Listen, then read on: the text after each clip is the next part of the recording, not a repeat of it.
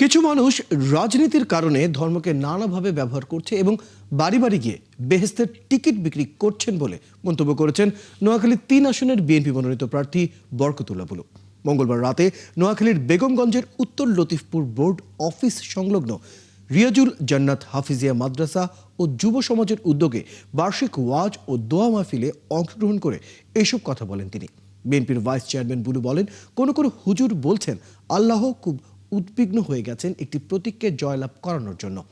এমন অপপ্রচারের বিরুদ্ধে সবাইকে সজাগ ও সচেষ্ট থাকতে হবে। একজন হুজুর, একজন রাজনীতিবিদ দাঁড়িয়ে বলছেন আল্লাহ নাকি খুব পরেশান হয়ে গেছেন একটি প্রতীককে জয়লাভ করানোর জন্য। এটা সমস্ত ইয়েতে আপনারা যারা টিভি দেখবেন আপনারা দেখেছেন। আরেক হুজুর আরেক জায়গায় ওয়াজ করছেন, আপনি বিড়িতে সুখ টান দিবেন, যত ইচ্ছা তত দিবেন, আর একটা প্রতীকের নাম নেবেন, আপনার অতীতের সমস্ত গুনাহ মাফ হয়ে যাবে।